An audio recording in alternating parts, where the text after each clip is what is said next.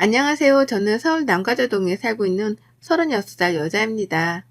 제가 듣는 채널에 제 사연을 드디어 적어보는 날이 다 찾아오네요. 저는 뉴타운으로 재개발이 된 지역의 아파트에 들어와 살고 있습니다. 시부모님께서 젊으실 적 쭉 살아오던 낡은 동네였는데 지금은 다 재개발이 되어 아파트만 들어서 있는 높다랗고 도시적인 동네이죠.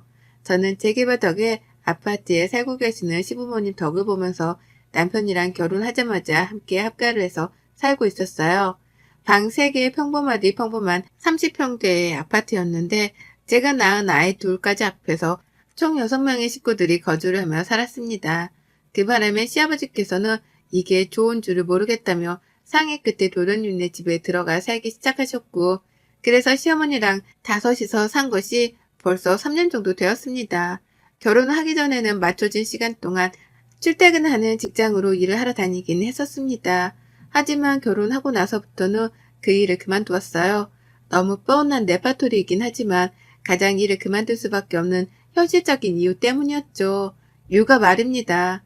아이들을 가졌을 때만 해도 시부모님이 옆에 계셨기 때문에 아이를 돌봐줄 어른이 계시다는 사실만으로 위안이 되었답니다.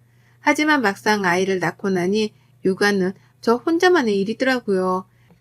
남편은 바쁘다고 육아를 적극적으로 도와주지를 못했고, 시부모님은 나이가 드셔 몸이 힘들다는 이유로 또 육아를 돕지 않으셨어요. 어쩔 때 내 아이를 예뻐라 하는 건가 싶은 의구심이 들 정도로 아이들에게 그리 살갑게 굴어주질 않으셨답니다. 그러니 제가 만약 남한테 손 놓고 아이들을 맡기려 하느니 차라리 내가 직접 일을 그만두고 육아에 뛰어드는 게 낫겠다 싶었던 거죠. 그렇게 한번 직장을 그만두고 나니 둘째 아이를 낳은 이유 때문이라도 복직을 하기가 쉽지 못했고요. 처음 6이서 살 적에는 정말 치열하게도 집안일을 했었답니다. 지금에 와서는 어떻게 버텨서 지금껏 살고 있나 싶을 정도로 말도 못할 집안일을 혼자 떠맡아 했어요.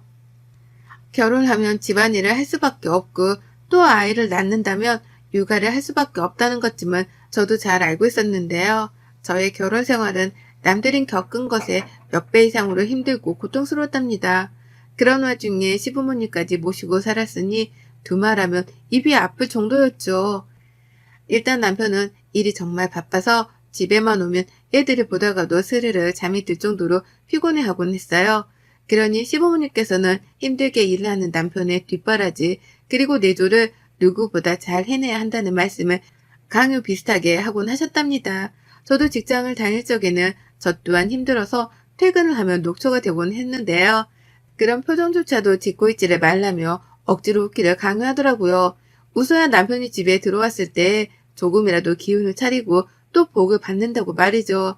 그래서 웃었습니다. 영문도 모른 채 내 몸이 아닌 남편의 몸을 생각하면서 남편 기운을 차리게 하려고 억지로 웃었어요. 그러는 와중에 어머님은 무리할 정도로 저에게 퇴근 시간을 일찍 당길 것을 요구하시더라고요. 보통의 퇴근 시간으로는 남편이랑 집에 들어오는 시간이 어쩔 땐 비슷하다며 그 꼴은 죽어도 못 보겠다 하셨답니다. 아내가 먼저 집에 들어와 따신 국이나 반찬 같은 걸 최소한 미리 만들어 놔야 하지 않겠냐고 하시면서 말이죠. 그러니 어쩌겠어요? 당연히 그런 요구를 회사에 하면 안 된다는 걸 잘 알았기에 최대한 퇴근을 빨리 해서 집에 가려고 미친 듯이 일을 했어요. 무조건 퇴근 시간 전에 일을 끝내려고 했고 5분이라도 늦게 퇴근하면 회사 건물 밖에서부터 지하철역 안까지 그리고 역에서 내려 집으로 내려가는 그 길에서 미친 듯이 뛰면서 이동을 했습니다. 도둑질이라도 해서 도망치고 있는 도둑놈 마냥 말이에요. 그 짓을 하다가 임신을 하니 그나마 저를 놔주긴 하더라고요. 평상시에는 헐떡이며 집에 들어오는 저를 향해 조금 더 일찍 오도록 해보라며 더한 잔소리를 하곤 했는데 임신을 하니 애 떨어진다며 뛰지 말라 다독여 주셨었죠. 그걸 보며 아이를 낳음으로써 뭔가 관계의 개선이 될 여지가 보이겠다 싶었답니다. 근데 아이를 낳고부터 본격적인 지옥의 시집살이가 시작되었어요. 일을 그만두지 말고 끝까지 뻔뻔스레 일을 핑계 삼아서라도 집 밖으로 도피를 했어야 했는데 제가 미처 그런 잔머리를 굴리지 못했던 겁니다. 일을 그만두니 시어머니는 본격적으로 저를 옆에 끼고 살려 하기 시작하셨어요. 마치 자신의 배에서 낳은 자식을 보는 듯이 시어머니는 저에게서 눈을 떼지 못하셨답니다. 다만 그 눈이 친엄마의 눈이 아니라 매서운 새엄마의 눈마냥 날카롭고 쌀벌했죠. 아침에 일어나면 가장 먼저 저를 찾으셨어요. 아직 아이들이 어려서 둘 다 같은 방에 지내고 있고 저희 부부가 방 하나 그리고 시부모님이 가장 작은 방 하나를 차지하고 계시거든요. 그런데 하필 저희 방이 서로 마주보고 있는 바람에 문을 닫더라도 가끔씩 그 안에서 주고받는 목소리가 들리곤 했습니다. 시아버지가 함께 사실 적에는 그래도 시어머니가 직접 시아버지를 챙긴다면서 먼저 부엌으로 들어가기도 하고 같이 TV를 보고 계시기도 했죠. 물론 자잘한 심부름이나 간식거리, 병원 가는 것부터 집 앞 산책을 가는 것까지의 모든 일들은 다 저를 불러 저하고 해결을 하게 하셨지만 말입니다.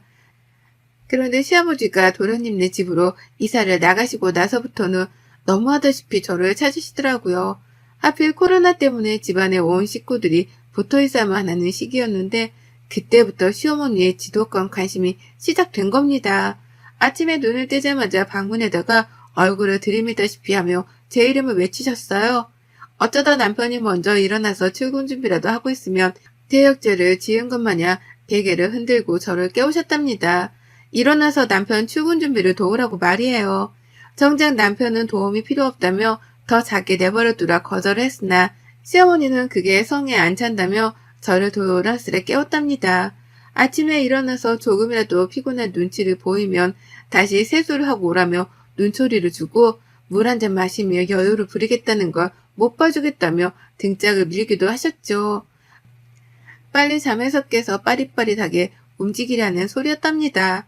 하여간 저를 가만히 내버려두는 것에 이골이라도 난 사람인 것 같았어요. 그러니 저는 아침에 일어나자마자 들리는 시어머니의 목소리가 듣기 싫다 못해 거북스러워 저도 모르게 귀를 막기 시작했고 굳이 아침부터 시어머니의 목소리를 들으며 하루를 시작하고 싶지 않아서 일부러 먼저 일찍 일어나 집 밖을 나가는 기이한 상황까지 벌어졌답니다. 절대 아침형 인간이 아니던 저였는데 시어머니 때문에 억지로라도 일찍 일어나 억지로 산책을 나가기 시작한 거예요. 그렇게라도 차분하게 혼자서 조용히 아침을 맞이하니 한결 하루가 더 기분이 좋게 시작은 되더라고요. 물론 어머님 얼굴을 다시 보며 기분이 상하는 건 똑같았지만 저만의 해결책 중 하나였습니다. 마음을 다스리는 해결책 말이에요. 말 못할 일들이 참 많았어요. 내가 이런 취급까지 당해야 하나 싶을 만큼 하찮은 일들까지 저에게 시켜가며 시집살이를 시키던 시어머니의 모습이 셀 수 없이 많았습니다. 아침마다 저를 깨우는 그 못되어 먹은 목소리도 그렇고 잠에서 덜 깬 며느리의 등짝을 인정사정 없이 패대기 치는 그 손짓까지 시어머니에 대해서 꼬집어 욕을 해보자면 욕할 거리들이 쉴 새 없이 나올 지경이었어요. 그래도 참았습니다. 바보가 아니지만 참았어요. 왜냐고요? 시어머니가 아무리 싫고 미웠어도 우리 부부 그리고 내 아이들에게 살 공간을 마련해 주신 분이셨으니까요. 절대로 우리 능력으로는 서울의 아파트를 살 능력도 없었고 기회도 없었을 텐데 시부모님 덕분에 장남이라는 이유만으로 서울 아파트를 물려받게 되었습니다. 그러니 그에 합당할 만큼 시어머니를 대해드려야 한다는 생각이 우선이었어요. 그래서 당장 차오르는 화는 매번 눌러 참아가며 버텨오고 있었습니다. 그런데 갈수록 도가 지나치다 싶은 게 최근 몇 달 동안은 정말 미치도록 힘들었어요. 갑자기 시어머니의 식욕이 엄청 타오르기 시작하신 거예요. 평상시에는 잘 드시지 않던 갈비찜이라든지 육개장이라든지 감자탕 등등 얼큰하고 한국적인 음식들을 너무나 빈번하게 찾는 겁니다. 그 와중에는 코로나 때문에 외식은 절대 못한다면서 저에게 식당에서 파는 듯한 맛의 음식들을 만들어달라고 집요하게 요구를 해오셨죠. 그러니 어째요. 외식도 못하겠다고 하고 그런 와중에 식당이랑 똑같은 맛과 비주얼의 음식을 해달라고 하니 제가 해드리는 수밖에요. 그래서 그렇게 시작된 저만의 요리 대첩이 그 막을 열었답니다. 짧은 사이에 별별 것들을 다 해드렸어요. 당연히 여름철이니 냉면에다가 콩국수, 메밀국수, 급기야 메밀묵까지 만들어서 묵막국수까지 만들어다 드렸고요. 빈대떡이 먹고 싶은데 밖에서 사 먹는 건 불안해서 안 되겠다며 저한테 그걸 집안에서 만들어 달라는 겁니다. 그러니 제가 인터넷을 보고는 그날 하루 종일 부엌에 서서 빈대떡도 만들어 드렸어요. 부엌에서 나가려고 하니 갑자기 애들 때문에 또 간식을 만들고 또 정신 차려서 나가려 하니 남편이 퇴근해서 또 저녁을 만들고 하여간 하루 종일 부엌에서 버티는 날들이 갈수록 빈번해져 갔습니다. 중간중간 쉬는 시간도 물론 있었으나 빨래며 청소기며 밀린 집안 청소를 하고 나면 저 혼자 조용히 휴식을 취할 수 있는 시간은 절대적으로 부족했답니다. 엄청난 강도의 노동과도 다름이 없었죠. 그런데 2주 전 시어머니가 이번에는 곰국을 끓여달라더군요. 3일 내내 푹 고아낸 곰국을 말입니다. 보통 사람들이 길게 줄까지 서서 먹는 곰국 맛집은 최소 3회 정도는 푹 국을 끓여내서 판다고 하더라고요. 그 말을 어디서 들으신 건지 저한테 직접 해주면서 그렇게 똑같이 만들어달라고 하시는데 순간 저도 모르게 제 손이 제 뒷목으로 향했답니다. 이래서 사람들이 충격을 받으면 뒷목을 잡고 쓰러지는 거구나 싶더군요. 핏줄에 곤두서며 뒷목이 확 땡기는데 내가 이렇게 죽는 건가 싶은 아찔함까지 느껴졌어요. 겨우 진정을 하고는 어머니께 말씀을 드렸습니다. 그렇게 오래도록은 가정 안에서 끓여내지를 못한다고 말이죠. 차라리 그럴 거면 내가 나가서 맛집 곰국을 포장해 오겠다고 말이에요. 하지만 어머님의 주장은 한결 같았습니다. 밖에서 사 먹는 건 아직 안전하지 않은데 자신을 코로나에 걸리게 하고 싶어서 일부러 그러는 거냐며 오히려 적반하장으로 화를 내더라고요. 기껏 생각해서 맛집까지 찾아가 포장을 해오겠다는 며느리를 나쁜 사람으로 몰았답니다. 결국 저는 이런 사람하고의 대화가 더는 무의미하다는 생각에 알겠다고 했답니다. 집에서 직접 같은 맛을 낼 자신은 없으니 어떻게 해서든 비슷한 맛을 내드리겠다고 했죠. 먹어보고 맛이 없으면 또 해달라고 하지나 말라고. 또 그렇게 며칠 고아서 곰국을 만들어낼 자신이 없으니 혹시라도 옆에서 보고 불안하다 싶으면 직접 도와주기라도 하시라며 말도 했고요. 그렇게 저는 결혼 생활 중 처음으로 곰국을 만들어냈습니다. 그간에는 손도 많이 가고 오래도록 끓여야 하는 게 번거롭고 힘들어서 절대로 해보겠다는 생각을 못하고 있던 요리였는데요.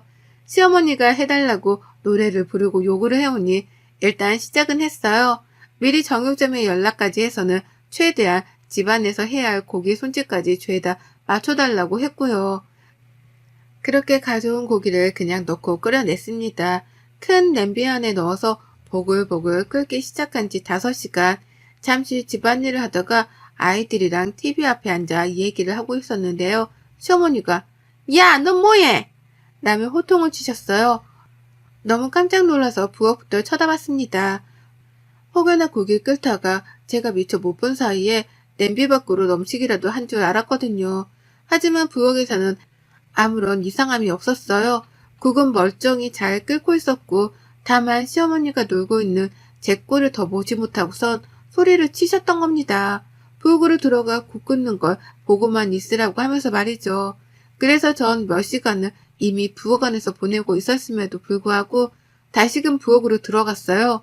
끓기만 하는 걸 내버려 두기만 해도 되는 음식인데 시어머니가 하도 옆에 서 있으라고 성화를 부리셔서 옆에 가 섰습니다. 그리고는 국냄비를 번갈아 확인을 하며 반찬도 만들고 저녁도 미리 차리고 애들 간식에 시어머니 간식까지 해가면서 억지로 일을 만들어 부엌 안에 있었어요. 물론 어머님이 안 보는 사이에는 집안 청소도 하고 애들 숙제도 봐줘가면서 정신없는 하루를 보냈습니다. 그리고는 저녁을 먹고 잠을 잘 시간이 되어도 저는 눈을 감지 못했습니다. 왜냐고요? 어머님이 저를 부엌으로 부르셨거든요. 씻고 자려고 눕는 저한테 저 국을 그냥 저렇게 놔두고 잔다고? 몇 시간에 한 번씩 일어나서 저거 확인해야 하는 건 알지? 라고 하면서 방문을 스르륵 열고는 말씀을 하는데 공포영화에 나오는 강씨인 줄 알았습니다. 시어머니 방에서 흘러나오는 불빛이 시어머니의 시커먼 몸뚱아리를 감싸며 보이는데 침대에 누워있다가 반자동으로 자리에서 일어나게 되었어요. 그와 동시에 몇 번씩 부엌에 가는지 확인을 하겠다며 제 방으로 들어오려 하던 시어머니 때문에 저는 정말로 잠을 자지 못한 채 계속해서 잠에서 깨며 부엌에 가 끓고 있는 국을 확인해야 했답니다. 이건 정말 사소한 생고생과도 다름이 없었답니다. 죽 써서 개준다는 게 이런 건가 싶었죠. 국꿀을 시어머니께 드릴 저에게 딱 들어맞는 속담이었네요. 그러다 무려 27시간이 넘는 곰국 끓이기 대장전을 향해 가고 있던 중 미친 듯이 잠이 쏟아지더라고요. 남편이 막 출근하고 난 후였는데 밤새도록 국 때문에 잠을 자지 못했던 탓에 눈이 자꾸만 감겼습니다. 그래서 결국 커피 한 잔을 하게 되었어요. 집에 있는 믹스커피를 가져다가 타먹은 겁니다. 맘 같아서는 카페고 믹스커피고 뭐고 그냥 잠만 자고 싶었어요. 졸려 죽겠었으니까요. 하지만 곧 아이들이 일어날 시간이었고 그래서 버텨야겠다는 생각에 믹스커피를 꺼내 타마셨습니다. 참고로 그 믹스커피는 저희 시어머니가 사놓으신 커피였어요. 시어머니가 믹스커피를 무지하게 정말 미치도록 좋아라 하시거든요. 그래서 하루에도 몇 번씩 타먹고 그게 다 떨어지면 자기 용돈을 털어다가 직접 사놓기까지 하셨습니다. 참고로 저랑 남편은 믹스커피가 너무 달다며 절대로 마시지 않는 편이었고 그래서 집안에서는 그걸 마시는 게 어머님이 유일무이했어요. 그런데 그런 커피를 제가 너무 힘들고 졸렸던 나머지 별 생각도 못하고 타 마셨던 겁니다. 근데요 정말 2입 정도 커피를 마셨을라나 갑자기 뒤에서 저를 부르는 호칭 하나도 없이 손이 날라왔어요. 그것도 저를 아주 살짝 스치기만 하더니 그 손의 끝은 제가 믹스커피를 탄 커피잔에 향했죠. 아이들이 사용하는 플라스틱 컵이었어요. 떨어져도 깨지지 않는 컵 말이죠. 근데 글쎄 뒤에서 시어머니가 커피를 마시고 있는 저를 보고서는 뭐해서 화가 나신 건지 바로 손을 날리고는 제 등을 슬쩍 치며 컵을 떨어뜨리신 겁니다. 마시고 있는 커피를 더는 마시지 말란 뜻으로 화가 나서 치신 것이었어요. 그 바람에 컵은 식탁 아래로 뒹굴어 버리듯이 떨어져 버렸답니다. 난리도 아니었어요. 새벽에 가뜩이나 피곤해 죽겠는데 뒤에서 나타난 시모는 갓 타먹으려던 커피를 바닥으로 내팽겨버리고 저는 저대로 어안이 벙벙해 숨도 못 쉬겠고 어머님은 끝내 잘못한 게 없다 싶은 건지 미안하다 사과 한 번 안 하고 말씀하셨습니다. 안 치우고 뭐해? 계속 그렇게 굼떠 있을 거야? 라고요. 그래서 저는 영문도 모르지 시어머니께 그런 모진 취급을 당하고 걸레부터 찾아 바닥을 치우려 했고요. 그러다 뒤늦게야 정신을 차렸답니다. 내가 이걸 왜 치워야 하나 싶더라고요. 커피를 흘린 사람, 아니 커피잔을 던진 사람은 바로 시어머니셨는데 말이에요. 그래서 저 걸레질을 하다 말고 시어머니를 올려다 쳐다봤어요. 어떻게 보면 노려본 것과도 다름없어 보였겠지만 상관없었습니다. 전 진짜로 노려볼 만큼 화가 나 있었으니까요. 그런데 어머님은 그런 저를 보면서 되려 화를 내시더라고요. 왜 윗사람을 그런 눈깔로 쳐다보는 거야? 라는 말씀을 하시면서요. 세상에 어쩜 이리도 무례하고 막대 먹었는지요. 정말 서 있기만 한 동물과도 다름이 없어 보였답니다. 그래서 전 제가 할 수 있는 최선의 복수를 하기로 마음먹었어요. 내가 마시려던 커피를 떨고는 무례를 범하셨으니 저도 똑같이 어머님이 커피를 드실 때마다 못 먹도록 복수를 하기로 했던 겁니다. 그리고는 그 자리에서 어머님 들으시라 요란스러운 소리를 내며 부엌 찬장 안에 있던 커피 믹스통을 꺼내 들었습니다. 그리고는 그걸 죄다 손으로 직접 뜯어내서는 싱크대 안에 가루를 버려버렸어요. 당장 물을 들어 다시 가루를 재활용조차 하지 못하게 만들기까지 했고요. 뒤늦게야 어머님은 제가 자신의 소중한 커피 믹스를 또 건드렸다는 걸 눈치채고 죽이네 사네 하시며 달려들며 절 말리셨습니다. 하지만 이미 때는 늦었어요. 전 가위로 믹스커피를 잘라가며 한 번에 그 커피들을 죄다 버렸고 어머님은 마지막 하나까지 저에게 털린 걸 알고는 기진맥진을 하셨답니다. 욕도 엄청나게 먹었고 어머님은 급기야 화가 난다며 제가 고생고생을 해서 끓이고 있던 곰국을 덩달아 싱크대 안에 던져버렸어요. 음식을 버려버린 겁니다. 제가 27시간이 넘게 끓여대고 있었던 그 음식을 말이죠. 그래서 제가 어쨌게요. 빡친 걸로 따지면 정말 한라산이라도 당장에 올라갈 수 있을 만큼 컸습니다. 당장 주먹이 올라가는 걸 겨우겨우 참아가며 오히려 시어머니를 약올렸어요. 그렇게 요란을 피우며 드시고 싶어 하더니 이제 꼼국을 못 드시겠네요.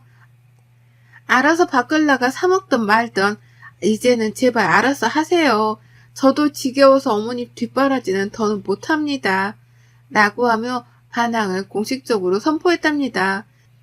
시어머니는 저의 반항을 처음부터 그리 심각하게 받아들이진 않으셨어요. 제가 굽신거리며 산 세월이 있었으니까요. 하지만 전 그날부터 공식적인 이 집안의 미친년이 되었답니다. 시어머니가 바로 나가서 하루 종일 마실 커피 믹스 박스 하나를 사오셨더라고요. 하지만 전 어머님이 잠시 방 안에 들어가 계시는 그 사이에 그 커피 믹스를 다시 한번 가위로 잘라다가 모조리 다 싱크대 안에 버렸어요. 그리고는 망설임도 없이 수도꼭지를 들어 그 커피 가루들을 싱크대 속에 녹였답니다. 나중에야 사실을 안 시어머니는 소리를 지르며 난리를 치셨어요. 돈 아깝게 이걸 또 버렸다고 말이죠. 그리고는 한참 또 욕을 날리고 분풀이를 하다가 잊을만 할 때쯤 밖으로 나가 커피 믹스를 또 사오셨더라고요. 이번에 제가 겁이 나는지 자신의 방 안으로 그 커피 믹스 통을 가지고 들어가셨답니다. 하지만 가만히 있을 제가 아니었어요. 시어머니가 화장실에 간 사이 저는 방 안으로 들어가 커피 믹스 통을 찾아냈고 그걸 또 모조리 꺼내서는 싱크대 안에 부었습니다. 물을 들어 또 싱크대 안으로 흘려보냈고요. 이 짓거리를 또 하고 나니 시어머니가 정신을 못 차리더라고요.